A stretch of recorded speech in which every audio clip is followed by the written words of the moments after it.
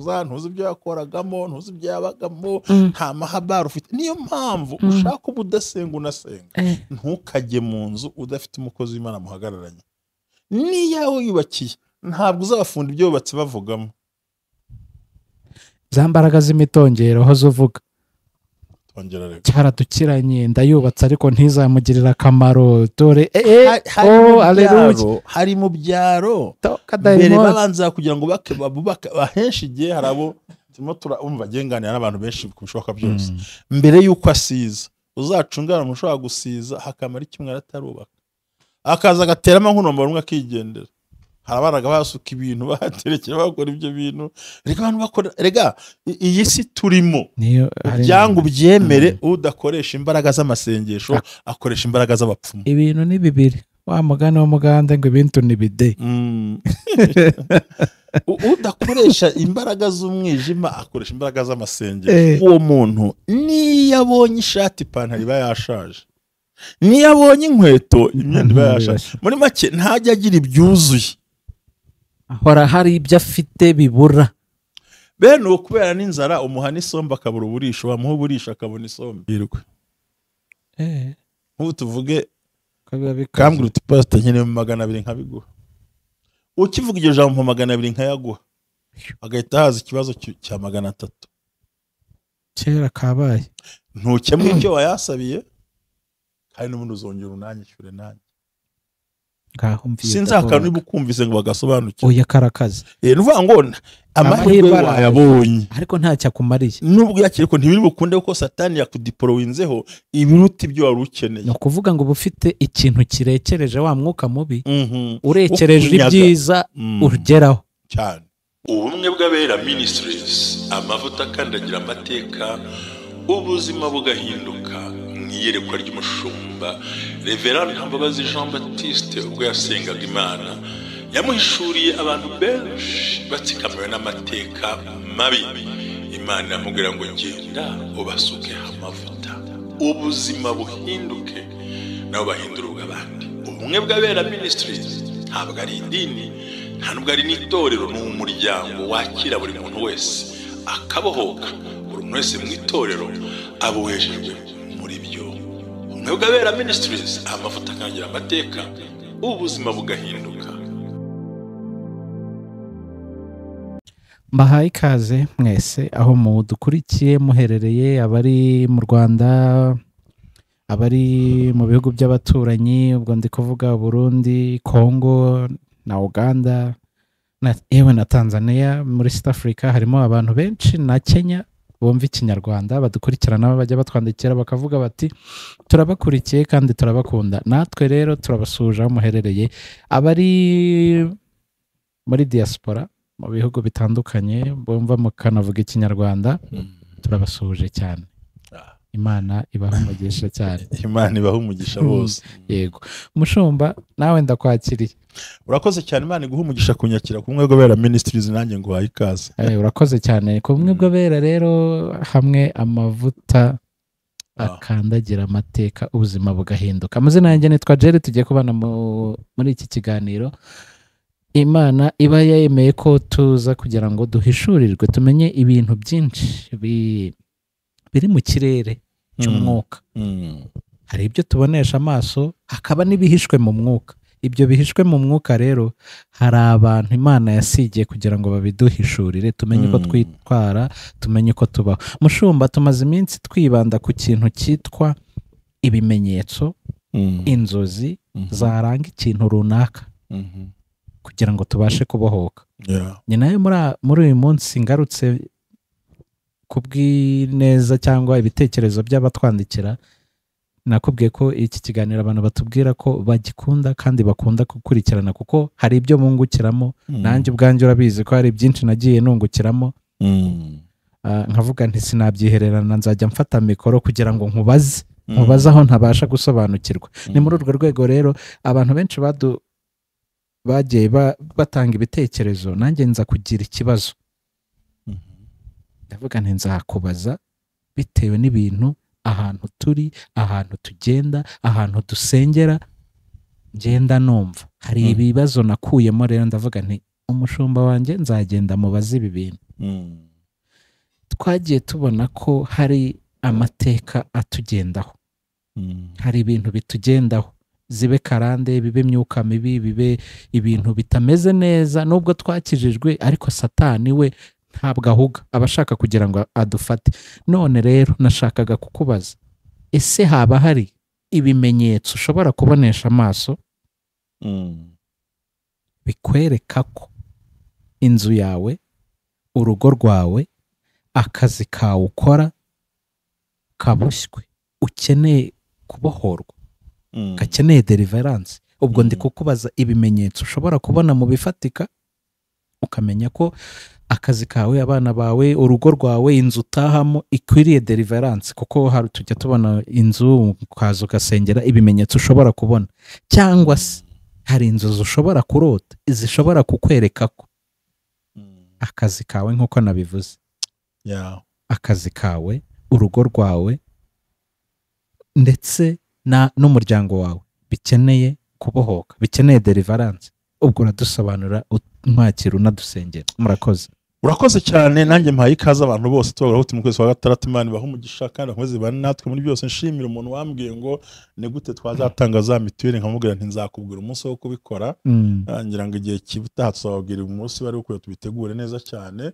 Cyane ko abari mu Rwanda bazi neza ko mituweli yishyuye mu kwezi kwa 6 uhita wivuza neza, bikugendekeye neza.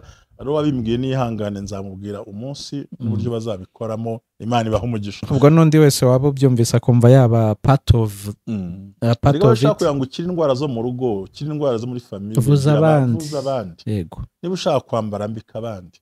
Niba ushaka kurya neza, gaburira abandi. Banga ubundi icyo Bibiliya iravuga ngo icyo wifuza ko abandi nawe kibagirira. Urakoze cyane. Uwera wa Isiraheli, Imana y'amahoro, turi imbere y'ubwiza bwe, dushima izina ryawe rikomeye n'ibitangazo by'udukorera.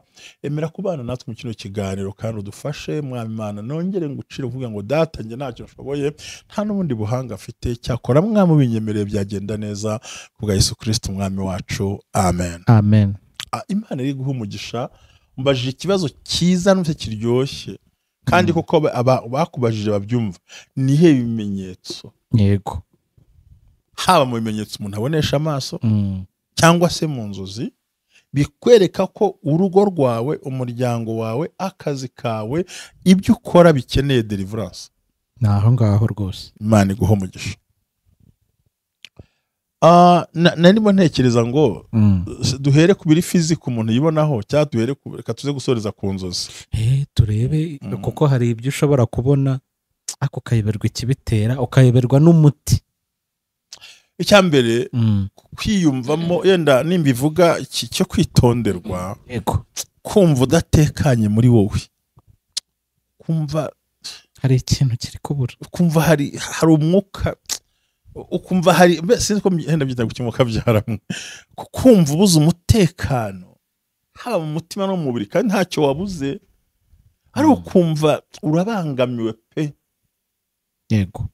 Urabangamiwe, ukumva hari umuzigo wikoreye utazi uwo ari wo, kumva mu rugo rwawe hari igicu kibuditse, kumva mu kazi hari igicu kibuditse, wajya muri office wakicara ku ntebe ukumva amahoro ntayo, se habaye iki?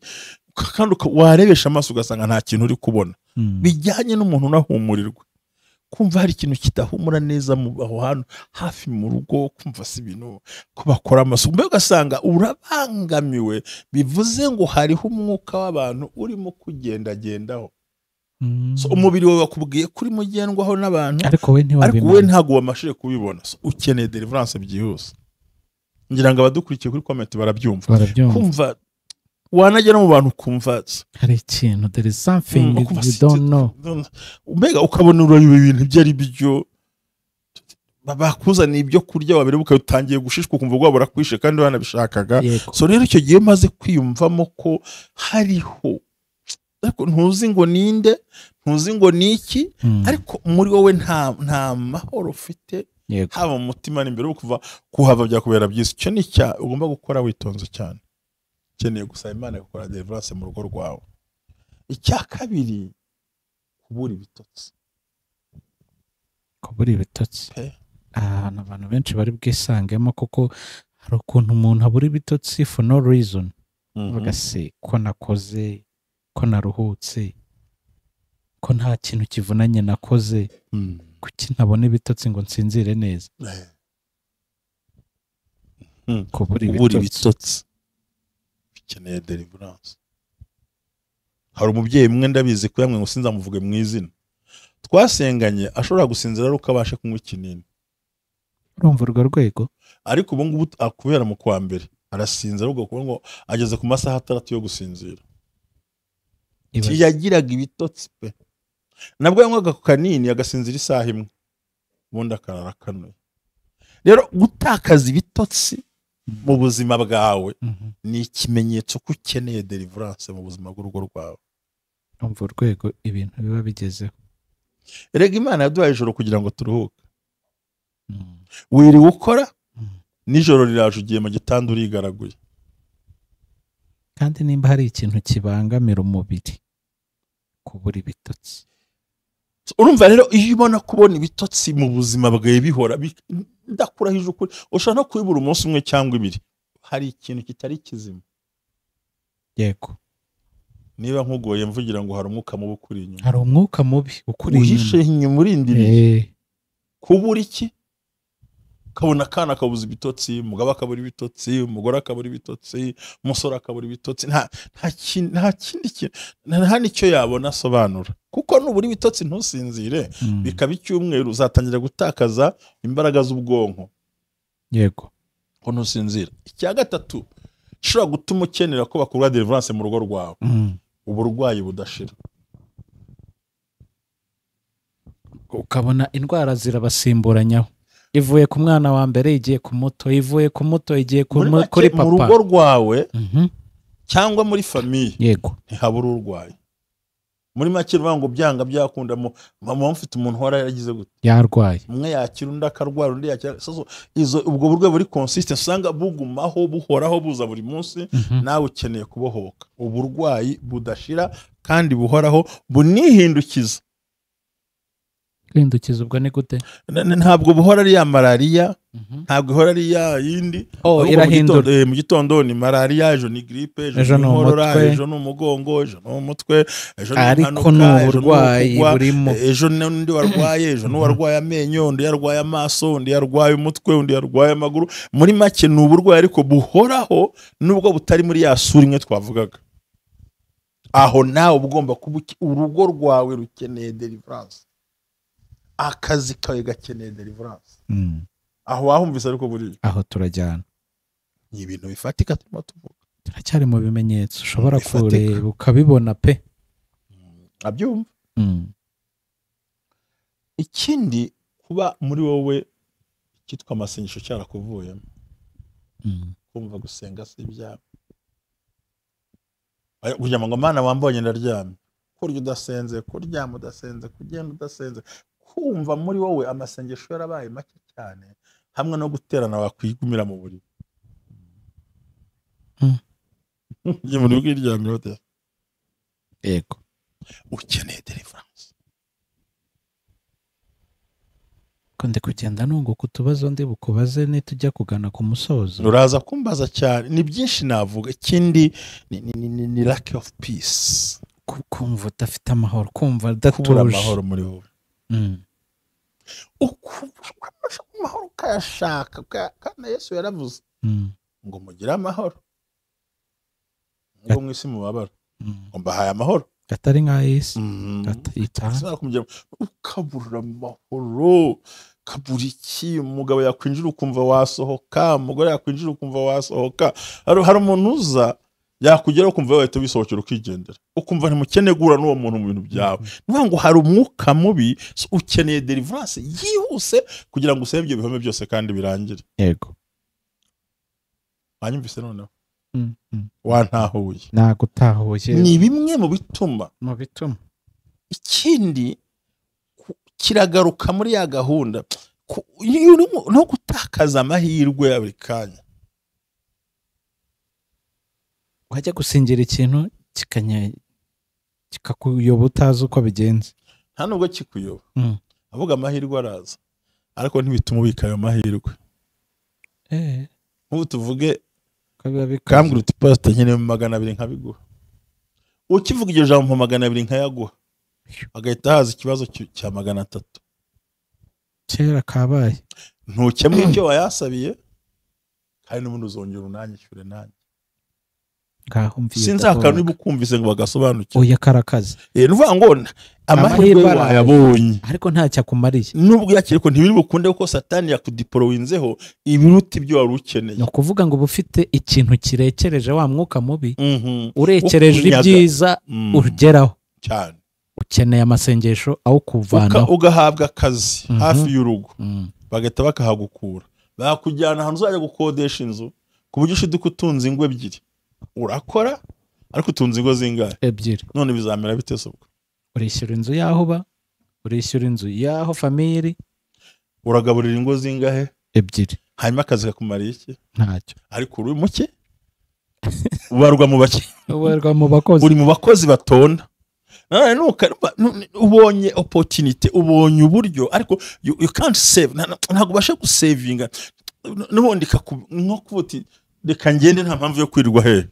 reka nkubwire rero mushumba ikintu maze kuvumbura, abantu twigishijwe gukizwa ariko turi mu kigare, kuko umuntu arareba akavuga se ko nsenga, ko nterana, ko ntanga icya 10, ni iki kitagenda?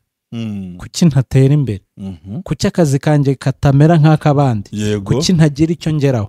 kuki buri gihe ari njyewe bihoraho kandi nsenga? ni ukuvuga ngo hari ikintu gikeneye kutuva ku maso, hari iyindi myumvire ikwiye kutuvamo, hari ikindi kirere dukwiriye gusingira, urumva, kugira ngo tubashe gusingira bya bindi koko Imana idushakira, yaturemeye, yaduhaye, ari byo byiba. Haleluya. Sumva uko babonye akazi, ariko satani ntatumye ariko cyakugezaho. Waguhaye urubyaro ko rurakunaniye, iguhaye urugo ariko nturw'intambara. umugisha wawe ubonye, ariko kugira ngo holding ntabwo bikunda, kugira ngo ugumane, kugira ngo kubyarire ikindi bikanga. niyo y'amazi y'agahimano niyo turi kuvoma. kubera iki aya mazi y'agahimano tuyasimbuza iki? Deliverance cyane yakora kubisa ariko buriye. Yego ya ikindi nabyo ni bya bintu bigaragara kuba buri gihe utava ahantu uri, urwego uriho urugumaho. Mu Kinyarwanda bavuga ngo ni ubuzima bwizenguruka. No kwizenguruka. Ko umuntu ntihazengura sura n'undi aho yarari. Ubwo nyine kwizenguruka no kwitorora. Wowe ubwawe wizengurukaho wigira gutyo udahindura, ubona ni yakanze idahinduka, ni wa mwana. Urabona ugenda ariko ntaho ujya, naho urazengurutse marche sur place. Hari ukwizenguruka no kugenda uhagaze. Naho ngaho ugasanga kwakundi kuri Mosonjo ukabira icyuya wavunitse ariko ntabwo ugenda, wabize icyuya nk'uwagiye yaje, ariko wagiye uhagaze hamwe. Iyo ni karande y'ikiziriko igufata, itakubuza kunyeganyega, itatumushaho. Ikubuza kunyeganyega ariko ikubuza kumuvinga. Twivugira ijambo rimwe. Ubundi burya ihene itungwa n'ubwatsi, ihene iziritse. Itungwa n'ubwatsi bureshya n'ikiziriko iziritse. Nicyo kizirika biterwa n'ikiziriko umuntu yaziritse. Ubanga ubwayi iri kukizirika ihene, ariko nyiri ukuyizirika n'uzari burambure cya kiziriko. Noneho ihene ako ni ihene ubwayo hari igihe kubera urusaku bifite no kutanyurwa no gushaka byinshi yongera ikiboha kikaba gito kurushaho, kubera ko ntibamenye kuri uzi ko hari igihe rero karandi kuzirikira ahantu ikaguha ikigozi, ariko ukazitorora ukajya wizengurukaho hahandi. Simana ibi ni ibiki ko bitagenda, kubona uba mu buzima butajya buhinduka na gato, nibura buhinduke negatively cya positively. Ntibuhinduke mu bibi ngo ubibone urwaye nabyo, ntujye no mu byiza, ukibera ahantu aho.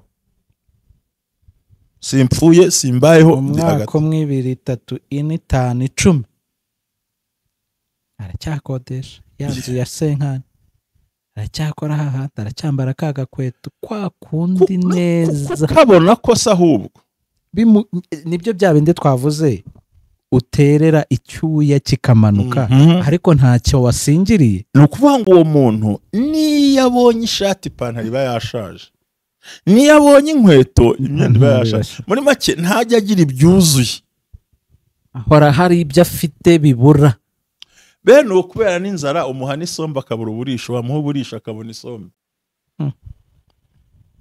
uwo mugurira igitenge akabura inkweto zo kuzacyambaza. Toka dayimoni. uwo muntu umuha kositimu akabura inkweto ko zirashaje, yabona inkweto kositimu ikaba irashaje. muri make nta kuzuzanya kuba guhari muri ibyo bintu. uwo nawe akeneye ya deliverance, urugo rwe rurakeneye, ubuzima burakeneye. ngira ngo ni ibintu bikomeye. Yego. hanyuma rero tujye ku nzozi. Ku nzozi. kurota abagabo ba nijoro n'abagore ba nijoro, ukora sexe cyangwa se usambana n'abagabo ba nijoro n'abagore ba nijoro. Nightmare. Ukeneye deliverance. kurota uri guhinga ukeneye deliverance. Yego. kurota wasubiye mu cyaro ukeneye deliverance. kurota urya nijoro ukeneye deliverance. kurota usambana ukeneye deliverance. Byihutirwa. ni mu nzozi. Aho twavuye mu bimenyetso twagiye mu ariko kandi nzozi. nibagiye mu nzozi kuba utakirota mu buzima bwawe, cyangwa warota ukabyibagira ibyo warose. Ibyo nabyo ukeneye deliverance. araka yakuvugishije Imana urabyibagiwe, cyangwa ntinakikuvugisha, ni ikibazo. ikindi kintu kuba ngaruka inyuma gato mu bimenyetso bifatika, kuba abana wibyariye bataguha amahoro, ahubwo bakakudistabinga gusa. ubwo abana wibyariye, umugabo wishakiye, umugore wishakiye, ababyeyi bakubyara, abavandimwe, kuba batashobora guha umwanya wo gushobora kudistabinga gusa, kubuza amahoro. kubuza amahoro pe nibiki. Ikindi gishobora gutuma wiriza ubusa, ngarutse mu bimenyetso, igihe cyose uzavuga ngo kubaho bindutirwa nuko napfa. Ukeneye deliverance nawe. cyane ubwo uri muri yahura, kandi ngira nambabaje ko urimo urasaba icyo uzahura nacyo. N'ubundi bizaza. wigiza nkana asaba gupfa n'ubundi azapfa. Numvise wigiza nkana nyine. ya noneho no kubona uri muri exam buri gihe mu ishuri wiga ugira gute, izo nzozi nazo ugomba ko ukeneye deliverance. kimwe mugenda mu marimbi yose, nuvuga ngo ni bimwe mu bimenyetso byerekana ko ari business yawe. ikindi ku muntu w'umucuruzi cyangwa umuntu uzi ubwenge mu nzozi, kurota ubona udusimba duto duto tugenda mu nzu yawe. nigeze kwiga mu kintu cyashize turakiganira, ukabona ziriya za cockroaches, ukabona ibintu by'ibisimba, kandi by'ukuri se nko kubona iminyorogoto mu nzu, kandi mu nzu hari amakaro hasa neza, yavuye kwandese. Ni dayimoni. Vuga ngo hari ibyo butero byaje, uko nazira za ibisazi ukabona hari ibintu, urugo rwawe rukeneye deliverance yihuse, ifite imbaraga, kandi uwo mwanya ukayikora vuba vuba mu buryo bugaragara. Yego. Yes. Mushumba, ibibazo nashakaga kukubaza biragira biti, tujye mu nzu cyane cyane nkatwe dukodesha, abantu bafite amazu bakodesha cyangwa se bashaka kwimukira ahantu, hari ibimenyetso biri weird bitasobanutse bagenda babonamo. Ese birashoboka ko wahamagara umushumba akaza agakora deliverance mu nzu mugiye kubamo? Kuko hari abantu bagiye banganiza bakambwira bati tukibaha umwana wanjye nta kibazo yari afite, ariko ntabwo tugisinzira, arararira, ugasanga harimo utumenyetso bitewe n'ahantu abantu bimukiye. Ubwo nagira ngo n'abantu bakibajije cyangwa bafite icyo kibazo ubashe kudusobanurira. Hagati ahantu abantu baba mu nzu bimukiyemo, umuntu akavuga ati rwose umwana ntakibona ibitotsi, ubwo abantu nabo baraza kubyumva ko deliverance y'ahantu umuntu atuye, abantu baba, ubwo ni ku gice cy'inzu gusa. Bondi mu buzima nyabwo yego bwa gikristo, ntugatahe inzu, ntukimukire mu nzu, ntukagira ikintu cyose ukoze utabanje kucyeza.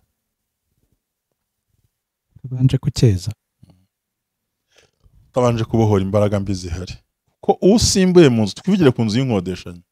Niho turi, kuko benshi muri Kigali barakodesha. Ariko na business ni uko inzu ntabwo wayubakiye. Yego. Ibaze kujya gukorera mu nzu y'umuntu wahombyemo akagenda yarahombye, utazi impamvu yahombye. Ese ubwo nicyo kuzunguka wowe. Ubwo turi kubakodesha aho baba ndetse n'aho bakorera. Urumva? uhavuye yahakoreye ibiki? Yahasambaniye kangahe? Yaharagurije kangahe? Amagabo apfumu kangahe? Yahanywereye ibiki? Yahakoze ibiki?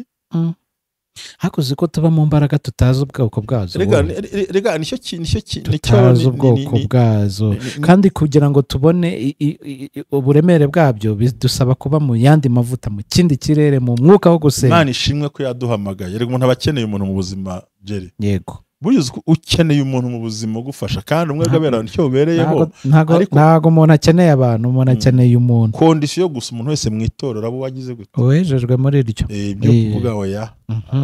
Numva aha hantu, yego, reka duhe urugero rwiza. Uwari uyirimo uzi yarakoreraga nk'ibiki? Mu gisubizo cyoroshye ntabyo nzi. None ko buri gihe iyo ugiye kujya mu nzu basaba gusiga irangi ngo ise neza, nibura kuki tumva ko wagombye n'isengesho no kwanoyitinga iyo nzu, no guhamagara umukozi w'Imana agufasha gusengera iyo nzu, gusengera aho wimutse. Uretse gatoya, tugende gake abantu babyumve. Mu bigaragara ushaka ibisa neza, ushaka irangi ryiza, yego, ushaka amakaro, yego, ushaka parafa ya rangete nizo zigezweho, ushaka umuriro harimo amatara meza, yego, ushaka dushe na toilette bibe biri ku murongo, yego. Ibyo nibigaragarira amaso, yes, nk'umukristo. None muri yasi y'umwuka uzi harimo imyuka gani, imyuka ki? Amarangi basize ntiyakuyeho ibyahakorewe, nibyo turi kuvuga. Kandi uwinjije umudayimoni ntiyahavuye, niyo mpamvu yamwinjije spiritually, aranahara ahubwo buri amaherezo. So na kimwe na rya dukuri bugemo, uvuyemo yarahombye. Ntuzi niba acururiza ku miti, ntuzi niba araguza, ntuzi ibyo yakoragamo, ntuzi ibyo yabagamo, nta mahabara ufite. Niyo mpamvu ushaka ubudasenga unasenga, ntukajye mu nzu udafite umukozi w'Imana muhagararanye. Niyawe yubakiye ntabwo uzabafunda ibyo bubatse bavugamo. Za mbaraga z'imitongero aho zuvuga cyaradukiranye, ndayubatse ariko ntizamugirira akamaro. Dore hari mu byaro mbere babanza kugira ngo bubake ahenshi igihe hari abo turimo turumva agenganira n'abantu benshi ku bishoboka byose. Mbere y'uko asiza, uzacungana umuntu ushobora gusiza hakamara ikimwe atarubaka, akaza agateramo nk'unomero umwe akigendera. Harabaraga basuka ibintu baterekera bakora ibyo bintu. Rega abantu bakora, rega iyi si turimo byangu byemere, udakoresha imbaraga z'amasengesho akoresha imbaraga z'abapfumu. Ibintu ni bibiri, wa mugani wo muganda ngo ibintu ni bide.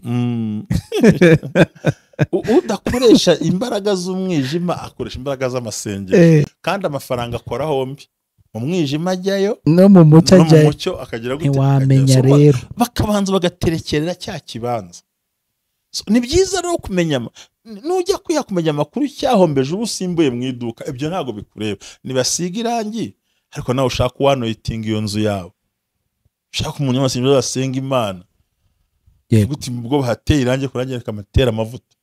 Kuko harabagera mu mazu bakarwaza abana bakabura ibitotsi. Noneho reka nguhe n'andi makuru utaruzi, hariho n'abajya mu nzu bakatata banatandukana. Umwuka wo gutandukana kubera ko abahari wahasize. Muvuye aho muva, wikundanira n'umuntu wawe na patina wawe, muraje mugeze muri ya nzu irimo wa mwuka rero, umuriro ukaka hakabura ubuzima. Noneho kubera ko batari no mwuka wo kuvumbura icyabateye, bakanahatinda bakahashwanira, bikarangira batari twapfaga iki. Icyo no kukimenya, ukaba ufite akabizinesi kawe gatoya, uvuye muri ya nzu wahagera, ideni ufashe nturyishure, ibibazo bikakwakira inziga, ukavuga uti uyu mwuka utewe n'iki. So no hakenewe ko yaba business, ikintu cyose ukora, fast pray, mbere na mbere se. Urakoze cyane mushumba. Hamagara umukozi w'Imana, hamagara pasiteri wawe, hamagara padiri wawe, hamagara umuyobozi wo mu mwuka ugufasha, ariko udakora iryo kosa.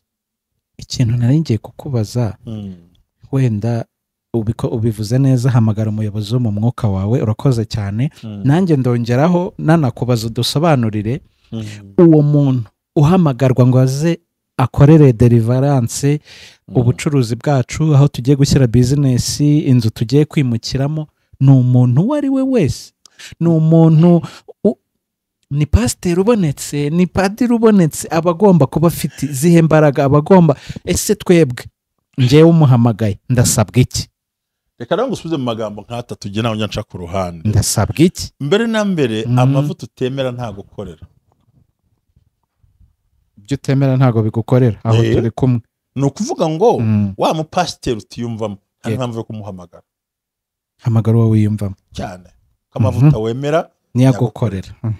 cya kabiri ugomba gutanga igitambo aho hantu cyo kwibohoza no kubohora ibyawe no kwinjira aho hantu no gushinganisha ibintu byawe. uragira uti umuntu najya mu nzu nshyashya ashaka kuyihumanura hari igitambo agomba gutanga kugira ngo bahumanure, kuko mbere bakeneye isengesho.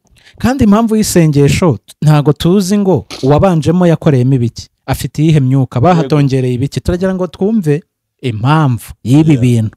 ibi bintu biri kumva abanyamwuka, ariko n'abanyamubiri barabyumva ko n'ubundi birabahondagura. njye ntabwo njya mbatindaho muri rega cyose ubyangu byemere uhura nabyo, ubigaye ntubigaye uhura nabyo, ubisuzugure ntubisuzugure biragusuzugura. umva impamvu ntinze kuri iki kintu.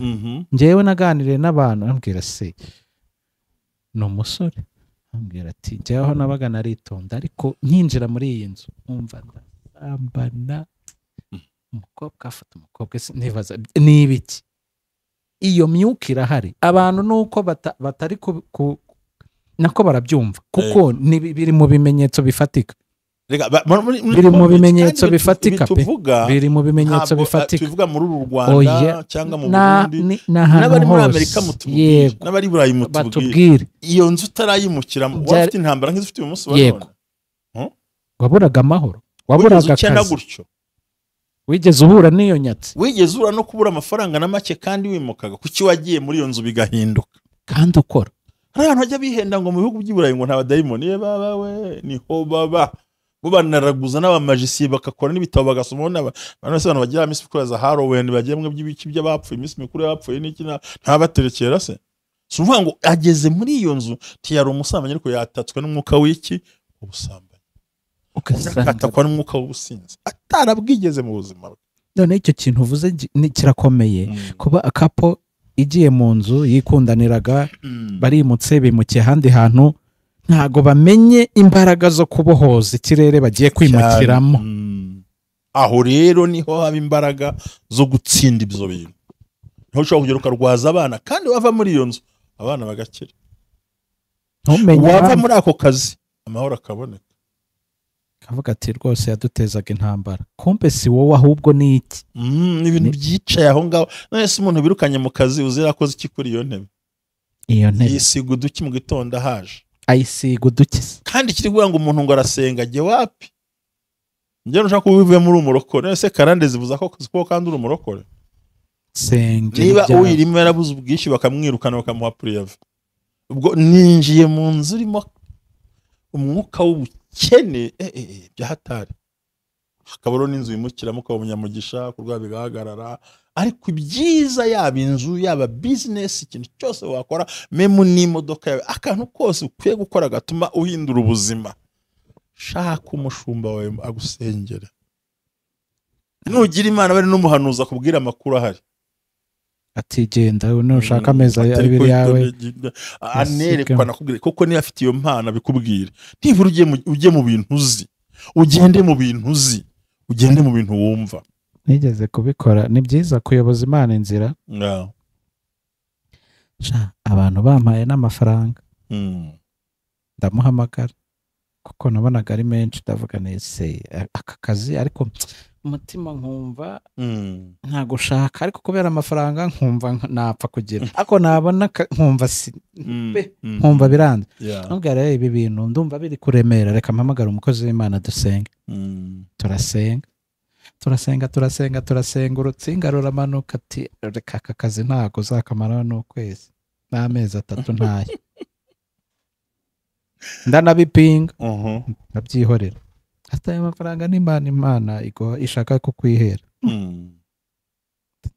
niko byagenze kuyoboza inzira. mushumba ikintu nakubajije utarangereraho, uyu muntu uhamagaye umuhanuzi arasabwa iki?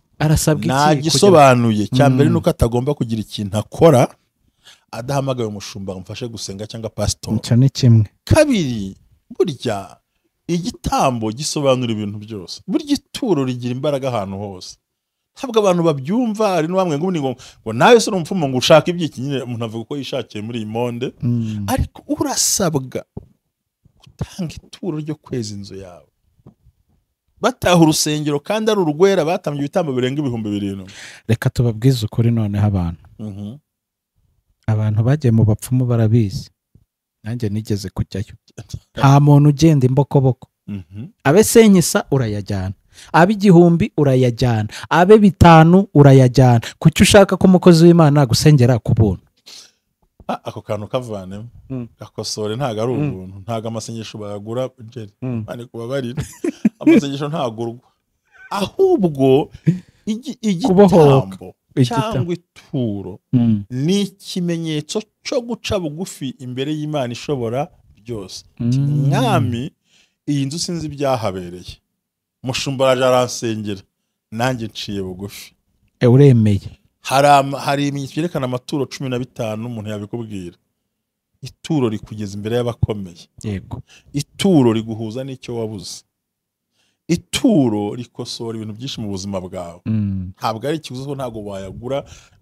Icyo nzi cyo amasengesho agurishwa, nta nubwo wabona igiciro uhereza umuntu. Umuntu arakwiyiririje ubusa, hari ibyo yigomwe. Gusenga biravuna cyane, bikongera bikavuna cyane, bikongera bikanavuna. So rero icyara gisabwa ni ituro ryo guhumanura inzu ye, ni ituro ryo guhumanura business ye, ariko ritagira umubare. Eka umubare mu mabanga 3 yerekana ko uwo muntu atatumwe n'Imana. Ntuzakubwira umubare w'ibyo ugomba gukora. God, nibyo nashakaga.